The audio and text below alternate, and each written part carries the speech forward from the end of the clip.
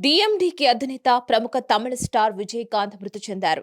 తమిళనాడు ఆరోగ్య శాఖ సెక్రటరీ విజయకాంత్ మరణించినట్లు అధికారికంగా ప్రకటించారు. కొద్ది రోజులుగా శ్వాసకోశ సమస్యతో బాధపడుతున్న విజయకాంత్ను కుటుంబ సభ్యులు చెన్నైలోని మియోట్ ఆసుపత్రికి తరలించారు. 2 రోజులుగా చికిత్స పొందుతున్న ఆయన నేడు మృతి చెందారు. వియోట్ ఆసుపత్రికి కుటుంబ సభ్యులు చేరుకుంటున్నారు. అలాగే మియోట్ ఆసుపత్రి వద్ద పోలీసులు భారీగా మోహరించారు. విజయకాంత్ 1952 ఆగస్టు 25న జన్మించారు. మరోవైపు సోషల్ మీడియా వేదికగా పలువురు సినీ పెద్దలు విజయకాంత్ కుటుంబానికి ప్రగాఢ సంతాపాన్ని వ్యక్తం చేస్తున్నారు. విజయకాంత్ సినిమాల విషయానికి వస్తే హీరోగా పలు విజయవంతమైన చిత్రాల్లో నటించి పాపులర్ అయ్యాడు. అంతేకాకుండా సినిమాల్లో రాణిస్తూ మరోవైపు రాజకీయాల్లోనూ సత్తా చాటాడు.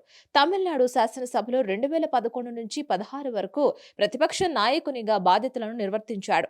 రాజకీయాల్లోకి చేరక ముందే అతను సినిమాల్లో నటిస్తూనే నిర్మాత, దర్శకునిగా తన సేవల్ని అందించారు.